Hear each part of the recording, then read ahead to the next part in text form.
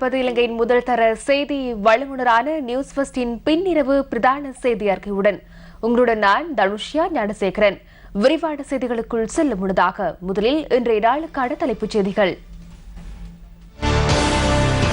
முல்லேரியாவில் இன்றிரவும் துப்பாக்கிச் சூடு, 22 வயது இளைஞன் பலி.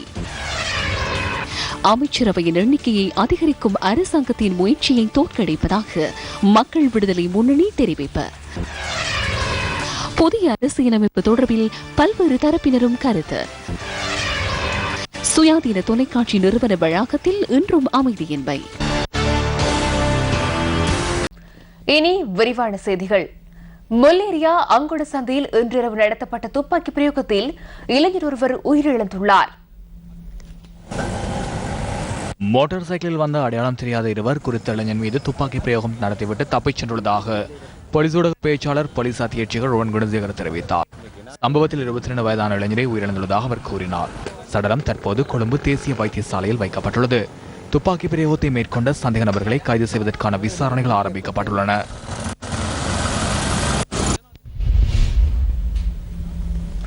ஸ்ரீலங்கன் விமான சேவையில் நிலவும் பிரச்சினைகளை தீர்த்து மறுசீரமைப்பு ஆலோசனைகள் மற்றும் கருத்துக்களை பெற்று பரிந்துரைகளை முன்வைப்பதற்காக ஜனாதிபதி குழு ஒன்றை நியமித்துள்ளார். இராஜாங்க அமைச்சர் இரான் விக்ரமரத்ன இந்த குழுவின் தலைவராக நியமிக்கப்பட்டுள்ளதாக ஜனாதிபதியின் ஊடகப் பிரிவு தெரிவித்துள்ளது. கலாநிதி நந்தலால் வீரசிங்க, கலாநிதி அர்ஷடி சில்வா, கலாநிதி தர்மரத்ன ஹேரத், பேராசிரியர் DPP Disa Bandara, V Kanagasabapathy, LSI Jayaratne, Viraj Dayaratne, மகின் கொபல்லாவ, வசந்த குமாரசிறி, அஜித் அமரசேகர, திசுரி வன்னியாராஜி ஆகியோர் இந்த குழுவின் ஏனைய உறுப்பினர்கள் ஆவார். ஸ்ரீலங்கன் விமான சேவையை மேம்படுத்துவதற்கான யோசனைகள் மற்றும் கருத்துக்களை இன்று முதல் குறித்த குழுவிடம் கையளிக்க முடியும். 2 வாரங்களுக்குள் குழுவின் பரிந்துரைகள் ஜனாதிபதியிடம் சமர்ப்பிக்கப்பட வேண்டும் என ஜனாதிபதி ஊடகப் பிரிவு அறிவித்துள்ளது. புதிய 3 ஆளுநர்கள் ஜனாதிபதி மைத்ரிபால சிறிசேன முன்னிலையில் இன்று பிற்பகல் சத்திய பிரமாணம் செய்து கொண்டனர். ஜனாதிபதி செயலகத்தில் இந்த சத்திய பிரமாண நிகழ்வு இடம்பெற்றது. வடமாகாணத்திற்கான புதிய ஆளுநராக கலாநிதி சுரேன் ராகவன் ஜனாதிபதி மைத்ரிபால சிறிசேன முன்னிலையில் இன்று பதவி பிரமாணம் செய்துள்ளார். 2005ஆம் ஆண்டு கென்ட் பல்கலைக்கழகத்தில் அரசறிவியல் துறையில் முதுமானி பட்டம் பெற்றுள்ள அவர் 2008ஆம் ஆண்டில் கலாநிதி பட்டம் பெற்றதுடன் 2008ஆம் ஆண்டு முதல் 2011ஆம் ஆண்டு வரை பிரித்தானிய அரசாங்கத்தின் புலமை பரிசிலையும் பெற்றுள்ளார். கனடா ஒட்டாவா பல்கலைக்கழகத்தில் OSAP விருதினையும் கலாநிதி சுரேன் ராகவன் வென்றுள்ளார். ஊவா மாகாண ஆளுநராக ரஜித் கீர்த்தி தென்னகோன் சத்திய பிரமாணம் செய்து கொண்டார். தேர்தல் கண்காணிப்பு அமைப்பான கஃபே அமைப்பின் நிறைவேற்று பணிப்பாளர் மற்றும் இலங்கை மனித உரிமை கேந்திர நிலையத்தின் நிறைவேற்று பணிப்பாளர் உள்ளிட்ட பல சிவில் அமைப்புகளில் பிரபல செயற்பாட்டாளராக கீர்த்தி தென்னகோன் செயற்பட்டு வந்தார். சிரேஷ்ட விரிவுரையாளர் தம்ம திசாநாயக்க சப்ரகம்போ மாகாண ஆளுநராக இன்று முற்பகல் ஜனாதிபதி முன்னிலையில் சத்திய பிரமாணம் செய்து கொண்டார். கொழும்பு பல்கலைக்கழகத்தின் அரசியல் விஞ்ஞான பிரிவின் சிரேஷ்ட விரிவுரையாளராக செயற்படும் தம்ம திசாநாயக்க ஜனநாயக ஒன்றிணைப்பு சங்கத்தின் ஏற்பாட்டாளராகவும் செயற்பட்டுள்ளார். சுயாதீன தொலைக்காட்சி நிறுவன வளாகத்தில் இன்றும் அமைதியின்மை ஏற்பட்டது. ஊழியர்களின் எதிர்ப்புக்கு மத்தியில் 3 பிரதிப்பொது முகாமையாளர்கள் நிறுவன வளாகத்திற்குள் பிரவேசித்தமையே இதற்கான காரணமாகும். சுயாதீன தொலைக்காட்சி சேவையின் நிலையான வைப்பில் இருந்து பெருந்தொகை பணம் மோசடி செய்யப்பட்டுள்ளதாக தெரிவித்து நிறுவன ஊழியர்கள் 7வது நாளாகவும் எதிர்ப்பில் ஈடுபட்டுள்ளனர். 13 ஊழியர்கள் பணி நீக்கம் செய்யப்பட்டவை தொடர்பிலும் இவர்கள் எதிர்ப்பை வெளியிட்டுள்ளனர். ஊழியர்கள் பிரதான நுழைவாயிலை மறைத்து எதிர்ப்பில் ஈடுபட்டதுடன் பணி நீக்கம் செய்யப்பட்ட 13 ஊழியர்களும் நுழைவாயிலுக்கு வெளியில் இருந்து எதிர்ப்பில் ஈடுபட்டனர். எதிர்ப்பு நடவடிக்கை நடைபெற்ற சந்தர்ப்பத்தில் சுயாதீன தொலைக்காட்சி நிறுவன தலைவர் நிறுவன வளாகத்தில் இருந்ததுடன் சுயாதீன தொலைக்காட்சியின் 3 பிரதி பொது முகாமையாளர்கள் நிறுவனத்துக்குள் பிரவேசிப்பதற்கு முயன்றுள்ளனர். இதற்கு ஊழியர்கள் கட்டும் எதிர்ப்பு வெளியிட்டதுடன் போலீசாரும் கலகத்தடுப்பு பிரிவினரும் அவர்கள் உள்ளே பிரவேசிப்பதற்கான சந்தர்ப்பத்தை ஏற்படுத்தி கொடுத்தனர். இதன்போது அமைதியின்மை ஏற்பட்டது. இந்த சம்பவத்தில் காயமடைந்த ஊழியர் ஒருவர் வைத்தியசாலையில் அனுமதிக்கப்பட்டார். சுயாதீன தொலைக்காட்சி நிறுவன தலைவர் மற்றும் பிரதி பொது முகாமையாளர்கள் அலுவலகத்தில் இருந்தபோது ஊழியர்கள் தொடர்ந்தும் எதிர்ப்பில் ஈடுபட்டதுடன் முற்பகல் 11:30 அளவில் பாதுகாப்பு செயலாளர் ஹேமசிரி பெர்னாண்டோ அங்கு வருகை தந்தார். சுமார் 40 நிமிடங்கள் அங்கு இருந்த பாதுகாப்பு செயலாளர் ஊழியர்களுடன் கலந்துரையாடினார். අපේ ආරක්ෂක ලේකම්තුමා பாதுகாப்பு செயலாளர் நேரடியாக வந்து எம்முடன் கதைத்தார். குறிப்பாக நாளைய தினம் ஜனாதிபதியின் பணிப்புக்கு அமைய விசேட பிரதிநிதி ஒருவர் சுயாதீன தொலைக்காட்சி ஊடக வலையமைப்பின் பிரச்சினைகளுக்கான பதிலை வழங்குவதற்காக வருகை தரவுள்ளதாக அவர் தெரிவித்தார். නියමිත බව තමයි එතුමා කතා කළේ. பாதுகாப்பு செயலாளர் புறப்பட்டு சென்றதன் பின்னரும் எதிர்ப்பு நடவடிக்கையை தொடர்ந்ததுடன் தலைவர் மற்றும் பிரதி பொது முகாமையாளர்கள் அங்கிருந்து வெளியேற வேண்டும் எனவும் அவர்கள் வலியுறுத்தினர்.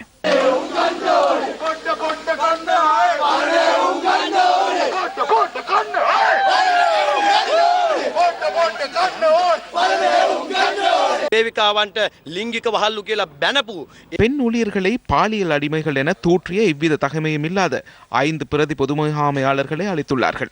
60 வயதை தாண்டியவர்களை எதற்காக அளித்துள்ளார்கள்? இவர்கள் 5 பேரும் சேர்ந்து 1ஆம் இடத்தில் இருந்த நிறுவனத்தை 7ஆம் இடத்திற்கு தள்ளினார்கள். நிறுவனத்தில் இருந்து 68 கோடி ரூபாவை குறித்த 5 பேருமே அளித்தனர். தலைவருக்கு இது புரியவில்லையா? தலைவரும் அதற்கு உடந்தையா? සභාපතිතුමට මේක තේරෙන්නේ නැද්ද? සභාපතිතුමයාත් ඒකේ ඩීල් එකක්ද? உதாகம்மான திட்டத்தின் கீழ் அமைக்கப்பட்ட 149வது மாதிரி கிராமம் இன்று அம்பாந்தோட்டை ஜூல்கம்புவில் மக்களிடம் கையளிக்கப்பட்டது.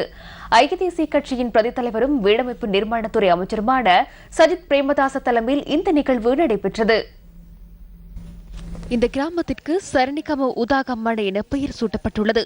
161 லட்சம் ரூபாய் செலவில் அமைக்கப்பட்டுள்ள இந்த கிராமத்திற்கான அடிப்படை வசதிகளும் ஏற்படுத்திக் கொடுக்கப்பட்டுள்ளன.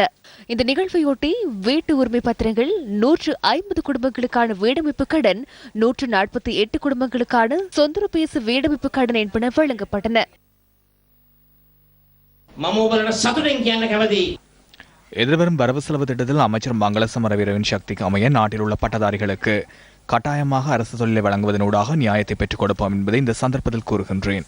எமக்கு என்ன நடக்கப் போகின்றது என பட்டதாரிகள் எங்களிடம் வினவுகின்றனர். தாய் தந்தையர் சிரமத்துடன் படிக்க வைப்பதாகவும் குப்பிலாம்பு வெளிச்சத்தில் படித்து பல்கலைக்கழகம் சென்றதாகவும் அவர்கள் கூறுகின்றனர்.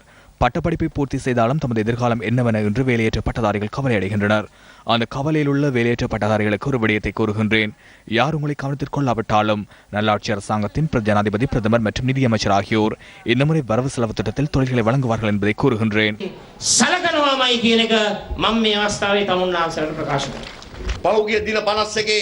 கடந்த 21 நாட்களாக கட்சி ஆதரவாளர்களை துன்புறுத்தினர். அவர்களுக்கும் எமது மன்னர் வீடுகளை வழங்கியுள்ளார். மன்னர் கூறுவதை நாம் செய்ய வேண்டும். செய்யாவிட்டால் மன்னர் ஆட்சியில் தண்டனை தொடர்பில் நாம் அறிவோம். எமது தலைவர் போதி மாதவனை போன்றவர். எமது கால்களுக்கு விலங்கிடப்பட்டுள்ளது. இனியேனும் அத்தகைய விடயங்களை செய்வார் என நான் நினைக்கவில்லை.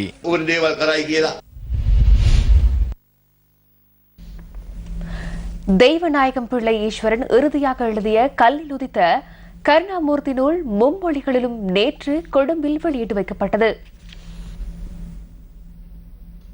மொரிஷியஸுக்கான முன்னாள் இலங்கை தூதுவர் தேசபந்து தெய்வநாயகம் பிள்ளை ஈஸ்வரன் எழுதிய கல்லில் உதித்த கருணாமூர்த்தி எனும் நூல் அவரின் ஓராண்டு நினைவினை முன்னிட்டு வெளியிடப்பட்டது.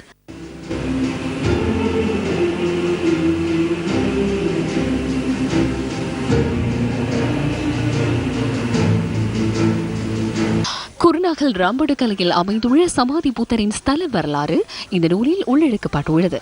நாட்டின் பல்வேறு ஆலயங்கள் மற்றும் மத ஸ்தாபனங்களின் தலைவராக அன்னார் ஆற்றிய சேவை உள்நாட்டில் மாத்திரமல்லாது வெளிநாடுகளிலும் போற்றப்பட்டது. குருநாகல் ராம்படுகலையில் 67.5 அடி உயர தியான நிலை புத்தர் சிலையை அமைக்கும் பணியில் முன்னின்று செயற்பட்ட அவர் தெய்வநாயகம் பிள்ளை ஈஸ்வரன் மதங்களுக்கு இடையிலான நல்லுறவை மேம்படுத்தவும் தன்னை அர்ப்பணித்தார். இந்த புத்தர் சிலையை அமைப்பதற்காக மேற்கொண்ட முயற்சி தொடர்பில் தெய்வநாயகம் பிள்ளை ஈஸ்வரன் கல்லில் உதித்த கருணாமூர்த்தி எனும் தனது நூலில் குறிப்பிட்டுள்ளார். நூல் வெளியீட்டு விழாவில் சபாநாயகர் கரு ஜாசூரிய உள்ளிட்ட பலரும் கலந்து கொண்டிருந்தனர். தான் செய்த சேவைக்காக தெய்வநாயகம் ஈஸ்வரன் தற்போது எங்காவது இருந்தால் அங்கிருந்து மகிழ்ச்சி அடைவார் என்று இந்த புத்தர் சிலையை வழிபடுவதற்காக நாட்டின் பல்வேறு பகுதிகளிலிருந்தும் மக்கள் வருகை தருகின்றனர். வெளிநாடுகளிலிருந்தும் பௌத்த மக்கள் வருகின்றனர். எனவே எதிர்காலத்தில் இந்த புத்தர் சிலை மூலம் இனங்களுக்கிடையில் நல்லிணக்கம் வலுப்பெறும். சிங்கள, தமிழ் மற்றும் முஸ்லிம் மக்கள் ஒற்றுமையாக செயற்படாவிட்டால் இந்த நாட்டிற்கு சிறந்த எதிர்காலம் இல்லை என நான் நினைக்கின்றேன். நாட்டில் பிரிவினைவாதத்தை இல்லாமல் செய்தாலே முன்னோக்கி செல்ல முடியும். வியாபாரයක් කරනකොට අපි දන්නවා வர்த்தகத்தில் ஈடுபடும் போது 3 லாபங்களை எதிர்பார்க்கிறோம். தேறிய லாபத்தை பெற்றுக்கொள்வது முதலாவது விடயம். அந்த வர்த்தகம் மூலம் சமூகத்திற்கு சேவையாற்ற வேண்டும். அதேபோன்று எமது அடுத்த பரம்பரையை கருத்தில் கொண்டு சுற்றாடலை பாதுகாக்க வேண்டும். இந்த 3 விடயங்களையும் ஈஸ்வரன் சரிவர பாதுகாத்தார். சமூக சேவைக்கு பங்களிப்பு வழங்கிய தொழிலதிபராக அவர் வரலாற்றில் இடம் பிடிக்கிறார். दूरदर्शी व्यापारिक හැටියට කටයුතු කළා තිබෙනවා. கலாசாரத்தின் பெறுமதியை உயர்த்துவதற்கு ஈஸ்வரன் முன்னெடுத்த நடவடிக்கைகளுக்கு மதிப்பளிக்க வேண்டும். இன்றைய தினம் தேசிய தினத்திற்கு ஒப்பான தினம் என்றே நான் கருதுகிறேன். எமது கலாசாரத்தின் மதிப்பை உயர்த்துவதற்கும் இளைஞர்களிடையே சமாதானம், சகோதரத்துவம் மற்றும் மகிழ்வுடன் செயற்படுவதற்கான வழிகாட்டல் என்பன அவரிடம் காணப்பட்டன. இந்த புத்தகத்தை பற்றி கூறுவதாக இருந்தால் குருநாகல பிரதேசத்தைச் சேர்ந்த ரம்படகல்ல என்ற அந்த சிறிய கிராமத்தில் எழுப்பப்பட்டிருக்கக்கூடிய மிகச்சிறந்த கலைநயம் மிக்க இந்த கருணாமூர்த்தி ஒரு 67.5 அடி உயரமான புத்தர் சிலை அங்கே அமைக்கப்பட்டிருக்கிறது. இந்திய சிற்பிகளால் அமைக்கப்பட்டிருக்கிறது. இந்த கருணாமூர்த்தியின் எப்படி இலங்கை நாட்டுக்கு வந்தார், எப்படி அவர் அந்த கல்லிலிருந்து பூத்தார் என்ற விஷயங்கள் அனைத்தும் இந்த புத்தகத்திலே இருக்கிறது.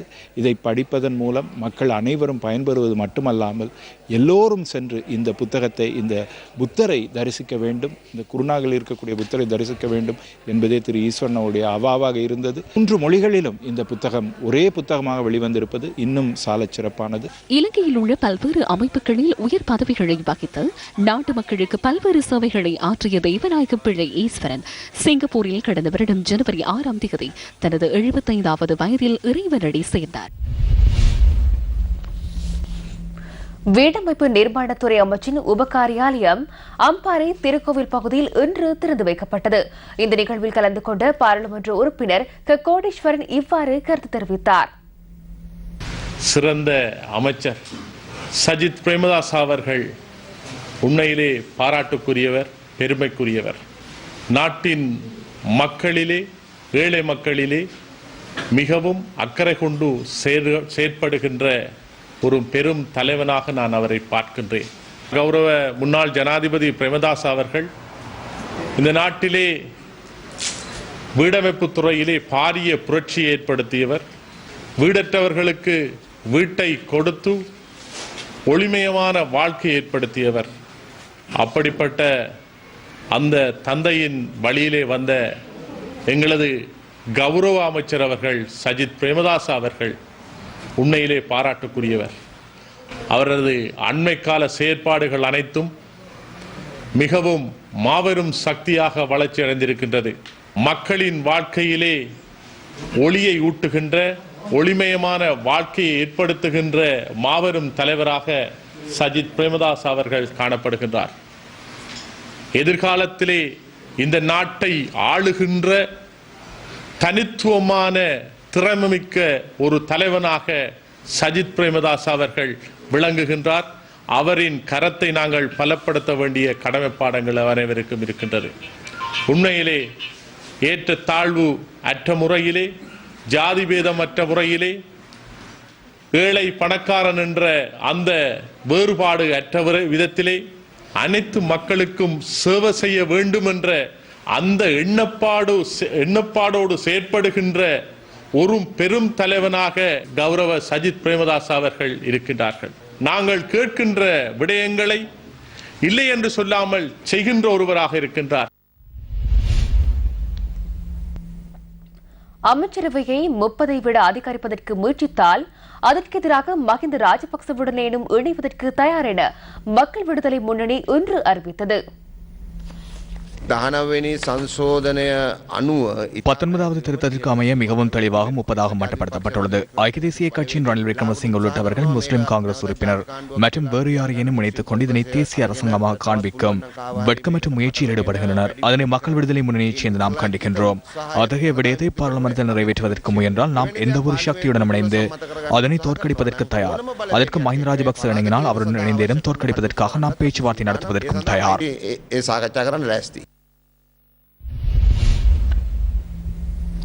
புதிய அரசியலமைப்பு தொடர்பில் தற்போது அதிகம் பேசப்படுகிறது. பிப்ரவரி 4ஆம் தேதிக்கு முன்னதாக இதற்கான சட்டமூலம் சமர்ப்பிக்கப்பட உள்ளதாக தமிழ் தேசிய கூட்டமைப்பின் பாராளுமன்ற உறுப்பினர் எம்.ஏ. சுமந்திரன் தெரிவித்திருந்தார்.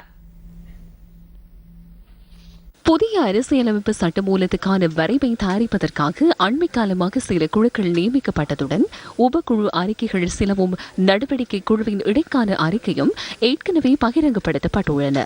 பாராளுமன்றம் அரசியலமைப்பு சபையாக சுமார் 10 தடவைகள் கூடி கலந்துரையாடிய போதிலும் இதுவரை உரிய சட்டமூலம் தயாரிக்கப்பட்டமைக்கான தகவல் எதுவும் வெளிவரவில்லை. எனினும் கடந்த டிசம்பர் மாதம் 7ஆம் தேதி நிபுணர் குழுவின் அறிக்கை பாராளுமன்றத்தில் சமர்ப்பிக்கப்படவிருந்தது.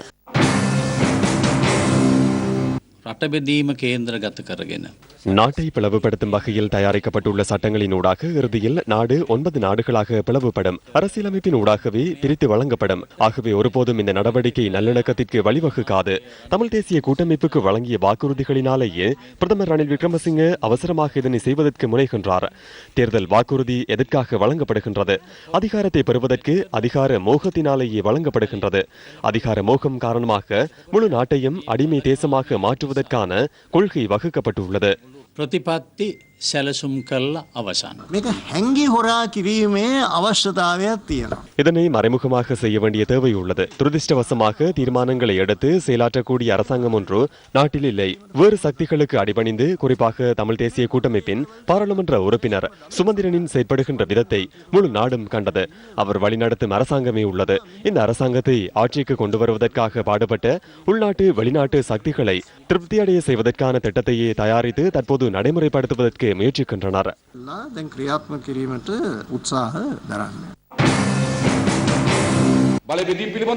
அதிகார பகிர்வு தொடர்பில் நிறைவேற்று அதிகாரம் கொண்ட ஜனாதிபதி முறைமை தொடர்பில் புதிய தேர்தல் முறைமை தொடர்பில் நடவடிக்கை குழுவில் எந்தவித இணக்கப்பாடும் ஏற்படவில்லை. அறிக்கையும் சட்டமூலமும் அரசியலமைப்பு சபையில் சமர்ப்பிக்கப்பட வேண்டும். அமைச்சரவையின் அங்கீகாரமும் அதற்கு கிடைக்க வேண்டும். 9 மாகாண சபைகளுக்கும் அனுப்பப்பட வேண்டும். பாராளுமன்றத்தில் விவாதித்து 3/2 பெரும்பான்மையால் நிறைவேற்றப்பட வேண்டும். மக்கள் கருத்து கணிப்பை நடத்த வேண்டும். நாட்டை பிளவுபடுத்த முயற்சி உள்ளதாக தற்போது கூறுகின்றனர். அரசியல்வாதிகளே இந்த பொய்யை பரப்புகின்றனர்.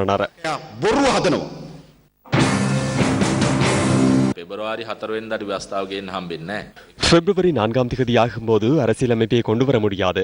நாட்டை பிரிக்கும் முயற்சியில் ஈடுபடுகிறேன் என்ற செய்தியையே பாராளுமன்ற உறுப்பினர் சுமந்திரன் வழங்கினார். அது தொடர்பில் நாம் கவலை அடைகின்றோம். ஸ்ரீலங்கா சுதந்திர கட்சிக்கும் தமிழ் மக்களுக்கும் இடையில் குரோதத்தை ஏற்படுத்தும் நோக்கத்திலேயே அவர்கள் செயற்படுகின்றனர். அரசியலமைப்பை நிறைவேற்றும் நோக்கம் அவர்களிடமில்லை. எதனை செய்தாலும் ஜனாதிபதி மைத்ரிபால சிறிசேனவிற்கும் வடக்கு மக்களுக்கும் இடையே உள்ள தொடர்பை சீர்குலைப்பதற்கு முயன்றாலும் அது சாத்தியமாகாது என்பதை தெளிவாக கூறுகிறேன்.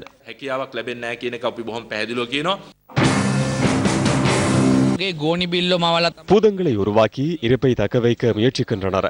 ஆகவே நாட்டை பிரிக்கும் அரசியலமைப்பை கொண்டு வர போவதில்லை என்பதை நாம் மிகவும் தெளிவாக கூறுகின்றோம். அத்தகைய அரசியலமைப்புக்கு ஆதரவாக நாம் கைகளை உயர்த்த மாட்டோம். பௌத்தத்திற்கு முதலிடம் என்ற விடயத்தை நீக்குவதற்கு நாம் இடமளிக்க மாட்டோம். அதனை உள்ளடக்கினாலும் நாம் வாக்களிக்க மாட்டோம். அதனை கூறுவதற்கு நாம் அஞ்சவில்லை. நாம் கடனாளிகளும் அல்ல, முதுகெலும் உள்ளது. ஆகவே அது அப்பட்டமான பொய். அரசியலமைப்பு சட்டமூலத்தை தயாரிக்கும் நடவடிக்கைக்காக அறிவிக்கப்பட்ட கட்டமைப்பு தற்போது சீர்குலையும் நிலை உருவாகியுள்ளது. இந்த நடவடிக்கைக்காக பாராளுமன்ற கட்டிட தொகுதியில் அலுவலகம் ஒன்று திறக்கப்பட்டிருந்ததுடன் அதன் மேலதிக செயலாளராக சட்டமாதிபர் திணைக்களத்தின் சிரேஷ்ட அதிகாரி ஒருவர் நியமிக்கப்பட்டிருந்தார். இந்த அலுவலகத்தின் செயற்பாடுகள் கடந்த வருடம் அக்டோபர் 26ஆம் தேதியின் பின்னர் இடம்பெறவில்லை என்பது நியூஸ் ஃபர்ஸ்ட் ஆராய்ந்த போது தெரியவந்தது. குறித்த அதிகாரி மீண்டும் சட்டமாதிபர் திணைக்களத்தில் சேவைக்கு திரும்பியுள்ளமையும் உறுதி செய்யப்பட்டது. நிபுணர் குழுவின் அறிக்கை ஏற்கனவே தயாரிக்கப்பட்டுள்ள போதிலும் அது தொடர்பில் எழுந்த கருத்து மோதல்களுக்கு தீர்வு காணப்பட்டதாகவும் தெரியவில்லை. இதற்கமைய மக்களுக்கு உறுதியளிக்கப்பட்ட நடைமுறையின் ஊடாக பிப்ரவரி 4ஆம் தேதிக்கு முன்னதாக சட்டமூலம் ஒன்றை சமர்ப்பிப்பது இலகுவான விடயம் அல்ல. அவ்வாறெனில் புதிய அரசியலமைப்பு தொடர்பிலான பிரேரணை மக்களுக்கு உறுதியளிக்கப்பட்ட நடைமுறைக்கு புறம்பாக வேறு ஏதேனும் ஒரு இடத்தில் தற்போது தயாரிக்கப்படுகின்றதா? அதனை ரகசியமான முறையில் சமர்ப்பிக்கும் முயற்சி உள்ளதா? மக்கள் விழிப்புடன். மன்னார் பெரிய பண்டி விரிச்சான் பகுதியில் ஆதரவற்றோருக்கு நிதி சேகரிப்பதாக கூறி மோசடியில் ஈடுபட்ட 2 கைது செய்யப்பட்டுள்ளனர். ஆதரவற்றோருக்காக நிதி சேகரிப்பில் ஈடுபடுவதாக தெரிவித்து பெரியபாண்டி விரிச்சான் பகுதிக்கு சிலர் சென்றுள்ளனர். குறித்த நபர்கள் தொடர்பில் சந்தேகம் கொண்ட பெரியபாண்டி விரிச்சான் பிரதேச இளைஞர்கள் அவர்களை விசாரித்த போது இருவர் தப்பி சென்றுள்ளனர். இந்த குழுவில் இருந்த 2 சந்தேக நபர்களை பிடித்து அவர்கள் மடு போலீஸ் நிலையத்தில் ஒப்படைத்துள்ளனர். குறித்த 2 சந்தேக நபர்களும் கைது செய்யப்பட்டதாக போலீசார் கூறினர். பெரியபாண்டிச்சான் கிராமத்தில் 4 தென்னிலங்கையை சேர்ந்த இளைஞர்கள் ஏழைகளுக்காகவும் அனாதைகளுக்காகவும் பணம் சேர்க்கும் முகமாக ஒவ்வொரு வீடுகளாக சென்று கடந்த 3 நாட்களாக பணம் சேர்த்துள்ளனர். பெரியபாண்டிச்சான் இளைஞர்கள் அவர்கள் மீது சந்தேகப்பட்டு அவர்களிடம் விசாரணை மேற்கொண்ட போது அவர்களிடம் எந்தவித ஆதாரங்களும் இல்லை. பணம் எதற்காக சேர்க்கின்றோம் என்ற எந்தவித ஆதாரம் இல்லாமல் பணம் சேர்த்திருக்கின்றனர். தங்களது வாய் மூலமாகவே ஒப்புக்கொண்டனர். தாங்கள் களவுக்காக தான் நாங்கள் களவு மூலம் தான் இந்த பணத்தை சேர்க்கிறோம், எங்களோட சொந்த தேவைக்காக பணம் சேர்க்கின்றோம் என்று இருவரையும் பிடித்து எமது கிராமவாசிகள் இளைஞர்களும் கிராமவாசிகளும் சேர்ந்து கிராம சேவையாளரிடம் ஒப்படைத்து அவர்களை மடு போலீசிடம் ஒப்படைத்துள்ளோம். பெருந்தோட்ட கைத்தொழில் ராஜாங்க அமைச்சர் வடிவேல் சுரேஷ் இன்று பதுளையில் ஊடக சந்திப்பை ஏற்பாடு செய்திருந்தார். ஐக்கிய தேசிய கட்சி என்று தன்னை அறிமுகப்படுத்திக் கொள்ளும் ஒரு சிலர் பசறை தேர்தல் தொகுதியிலேயும் இந்த இனவாதத்தை தூண்டுவதற்கு வேலை திட்டங்கள் செய்கின்றார்கள். இதற்கு அந்த பிரதேசத்தினுடைய இந்த மாகாண அரசியல்வாதி ஒருவர் பின்புலனாக இருந்து சில வேலை திட்டங்களை செய்து கொண்டு வருகின்றார். பசறையிலே இனவாதத்தை தூண்டுவது மிகவும் வசதி. தமிழ் சிங்கள முஸ்லிம் மக்கள் ஒன்றாக வாழ்ந்து கொண்டிருப்பதனால் பசறை பிரதேச சபையினுடைய தலைவர் உட்பட பசறை பிரதேச சபையினுடைய மக்கள் பிரதிகள் என்னோடு இருக்கின்றார்கள். லுணுகலை பிரதேச சபையினுடைய எதிர்கட்சி தலைவர் உட்பட எங்களுடைய முழுமையான அமைப்பாளர்கள் உட்பட அனைத்து பிரதேச உறுப்பினர்களும் இங்கிட்டு இருக்கின்றார்கள். கிழக்கு மாகாண ஆளுநராக தனது கடமைகளை பொறுப்பேற்ற MLA இஸ்முல்லாவை வரவேற்கும் நிகழ்வு இன்று மட்டக்களப்பில் இடம்பெற்றது. மட்டக்களப்பு காத்தான்குடியில் இந்த வரவேற்பு நிகழ்வு நடைபெற்றது. 13வது சரத்து முழுமையான அதிகாரத்தை வழங்கி இருக்கிறது. ஆனால் மத்திய அரசு இடைக்கிடையே கொண்டு வந்த சுற்று நிரூபங்கள், கெசட்டுகள் போன்ற பல்வேறுபட்டவைகளால் 13வது சரத்தை முழுமையாக அமுல்படுத்தாமல் தடை வைத்திருக்கிறார்கள். முழுமையாக அந்த தீர்வு 13வது சட்ட திருத்தம் நடைமுறைப்படுத்துவதற்கு ஸ்ரீலங்கா சுதந்திர கட்சி ஆதரவு அளிக்க வேண்டும் என்று நான் பேசினேன். கட்சியினுடைய உயர்விடம் தீர்மானித்தது 13வது சரத்தை முழுமையாக நடைமுறைப்படுத்துவதற்கு ஜனாதிபதி தலைமையில் நாங்கள் என்னுடைய முழு ஆதரவை வழங்குவதென்று 13வது சரத்தை நான் படிப்படியாக நடைமுறைப்படுத்துவதற்கு தீர்மானித்திருக்கிறேன். 13வது சரத்திலே சட்டத்திலே வழங்கப்பட்டவைகளை தடுத்து வைக்கின்ற அதிகாரம் யாருக்கும் கிடையாது, அது ஜனாதிபதிக்கும் கிடையாது. தேவை ஏற்படுகின்ற போது இந்த 13வது சரத்து இந்த மாகாணத்திலே முழுமையாக நடைமுறைப்படுத்துவதை ஆளுநர் என்ற அடிப்படையிலே நான் முயற்சிகளை மேற்கொள்வேன். இந்த மாகாணத்திலே எந்த ஒரு இனமும் யாரும் எந்த அச்சமும் கொள்ள வேண்டிய அவசியம் இல்லை. உங்கள் மத்தியிலும் சொல்லுகிறேன், 1 வருடம்தான் இந்த பதவியில் நான் இருப்பேன். கிண்ணியா பிரதேச சபையின் தவிசாளர் MHM சைபுதீன் இன்று ஊடகவியலாளர் சந்திப்பு ஒன்றை ஏற்பாடு செய்திருந்தார். மாடுகள் இறப்பதற்கான காரணங்களாக 2 வகையான காரணங்களை பார்க்கின்றோம். ஒன்று, உணவுகள் சரியான அளவில் கிடைக்கவில்லை என்ற ஒரு விடயமும், அதே போன்று மாடுகள் நோய்கள் காரணமாக இறக்கின்றன என்ற விடயமும் தற்போது பேசப்படுகின்றன. இந்த இறந்த மாட்டின் பகுதியை மேலதிக பரிசோதனைக்காக அனுப்பி வைத்திருக்கின்றோம். கிண்ணியா பிரதேச எல்லைக்குள் உட்பட்ட மாட்டிறைச்சி உரிமையாளர்களிடம் வேண்டிக் கொள்வது என்னவென்றால், மேலதிக பரிசோதனை மூலமாக கிடைக்க இருக்கின்ற முடிவுக்கு முன்னர் ஒரு முடிவினை எடுத்திருக்கின்றோம். குறைந்தது 10 நாட்கள் மாடு அறுப்பதை நிறுத்த வேண்டும் என்று.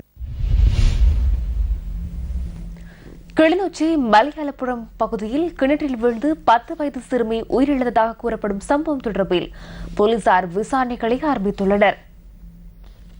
மலையாளபுரம் பகுதியில் தனது வீட்டிற்கு அருகில் உள்ள பாதுகாப்பற்ற கிணற்றில் நீர் அள்ளச் சென்ற சிறுமியை இவ்வாறு கிணற்றில் வீழ்ந்துள்ளார். இன்று பிற்பகல் இடம்பெற்ற இந்த சம்பவத்தில் உயிரிழந்த சிறுமியின் சடலம் கிளிநொச்சி வைத்தியசாலையில் வைக்கப்பட்டுள்ளது. விசாரணைகளை கிளிநொச்சி போலீசார் ஆரம்பித்துள்ளனர். ஐக்கிய மக்கள் சுதந்திர கூட்டமைப்பின் பாராளுமன்ற உறுப்பினராக சாந்த பண்டாரவின் பெயர் வர்த்தமானியில் அறிவிக்கப்பட்டுள்ளது. கிழக்கு மாகாண ஆளுநராக MLA இஸ்புல்லா நியமிக்கப்பட்டதை அடுத்து ஏற்பட்ட வெற்றிடத்திற்கே அவர் நியமிக்கப்பட்டுள்ளார். இதேவேளை ஸ்ரீலங்கா பொதுஜன பெரமுனவின் மாத்தறை மாவட்ட கூட்டத்தில் தேசிய பட்டியல் தொடர்பில் நேற்று கருத்து வெளியிடப்பட்டது. ஸ்ரீலங்கா சுதந்திர கட்சியில் சந்திரிகா பிரிவு உள்ளது. அந்த பிரிவைச் சேர்ந்த 6 பேரே சென்றார்கள். மேலும் தடுமாறுகின்ற 3 முகங்கள் உள்ளன. அவர்கள் பட்டை புழுக்களை போன்றவர்கள். 2018ஆம் ஆண்டு இறுதி வாரத்தில் அமைச்சரவை பதவியேற்றது. அரசு தலைவரை அவதூறாக பேசிய அரசியல்வாதி மண்டியிட்டு அமைச்சராக பதவியேற்றார். சிலர் ஜனாதிபதி மைத்ரிபால தம்மை கவனிக்கவில்லை என குறை கூறுகின்றார்கள். தேர்தலில் தோற்று தேசிய பட்டியலில் பாராளுமன்றம் சென்றவர்களே இந்த குற்றச்சாட்டை முன்வைக்கின்றார்கள். வாக்காளர்கள் நிராகரித்தவரை பாராளுமன்ற உறுப்பினராக்கி அமைச்சர் பதவி வழங்குவதே எமது பாராளுமன்றத்தில் நடைபெறுகின்ற பாரதூரமான தவறாகும். அத்தகைய எத்தனை பேர் பாராளுமன்றத்தில் உள்ளார்கள்? 13 பேர் உள்ளார்கள். தேர்தலில் தோற்றாலும் பாராளுமன்றம் செல்லக்கூடிய ஒரே ஒரு நாடு மாத்திரமே உலகில் உள்ளது. அந்த நாட்டின் பெயர் என்ன? இலங்கை ஜனநாயக சோசலிச குடியரசில் மாத்திரமே அந்த வாய்ப்புள்ளது. பிரஜாதந்திரவாதி சமாஜ்வாதி ஸ்ரீலங்கா ஜனராஜ்ய புல்வா.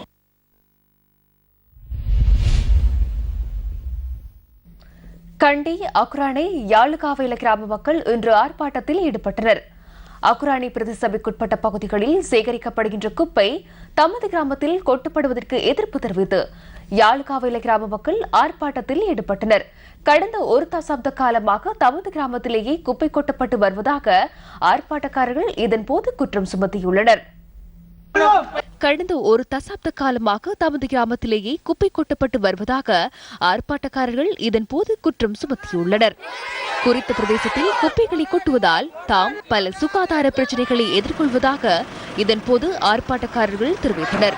குப்பை கொட்டுவதற்கு வருகை தந்த லோரியை இடைமறித்து இந்த ஆர்ப்பாட்டம் முன்னெடுக்கப்பட்டதாக எமது செய்தியாளர் தெரிவித்தார்.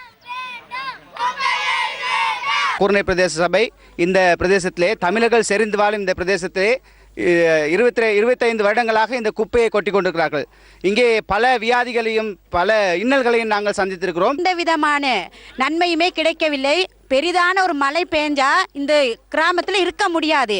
ஏதோ டொய்லெட்டை திறந்து விட்ட மாதிரி இந்த குப்பை குழி அசிங்க நீர் போகும். அப்படி கருப்பா எங்களுக்கு சகித்து கொள்ள முடியாத தன்மை.